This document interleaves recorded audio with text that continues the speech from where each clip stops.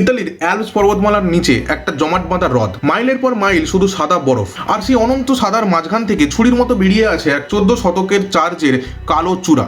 চারপাশ একদম নিঃশব্দ, কিন্তু ওই বরফের নিচেই ঘুমিয়ে আছে এক আস্ত শহর যার নাম কুরন ভেনোস্টা। 1950 সালে একটা ড্যাম তৈরি করার জন্য গভর্নমেন্ট জোর করে এই গোটা উপত্যকাটাকে ভাসিয়ে দিয়েছিল। ভাবুন তো, চোখের সামনে শয়ে শয়ে মানুষ পাহাড়ের ওপর দিয়ে দাঁড়িয়ে দেখছে তাদের বানানো ঘর, তাদের সমস্ত স্মৃতি, তাদের সমস্ত ছোটবেলার আবেগ, সমস্ত কিছু জলের তলায় ভেসে যাচ্ছে। শহরের সবকিছু ডুবে ধ্বংস হয়ে গেলেও শুধু চার্চের ওই চূড়াটা জলের ওপর মাথা উঁচু করে দাঁড়িয়ে থাকে। কিন্তু সবচেয়ে ভয়াবহ ব্যাপারটা অন্য। ড্যাম তৈরি করার আগেই ওই চার্চের সমস্ত ঘন্টাগুলো খুলে নেওয়া হয়েছিল। লজিক বলে জলের তলায় আওয়াজ করার মতো আর কিছুই নেই, কিন্তু লোকাল মানুষরা বলে আজও কনকনে শীতের রাতে যখন লেকটার জল জমে নিরেট বরফ হয়ে যায়, তখন নাকি ওই অন্ধকারের নিচ থেকে খুব ধীর স্বরে একটা মেটালিক ঘন্টার আওয়াজ শুনতে পাওয়া যায়। আমরা হয়তো প্রোগ্রেসের নামে পুরনো ইতিহাসকে জলের তলায় ভাসিয়ে দিতে পারি, কিন্তু কিছু কিছু অতীত এত সহজে মরতে রাজি হয় না।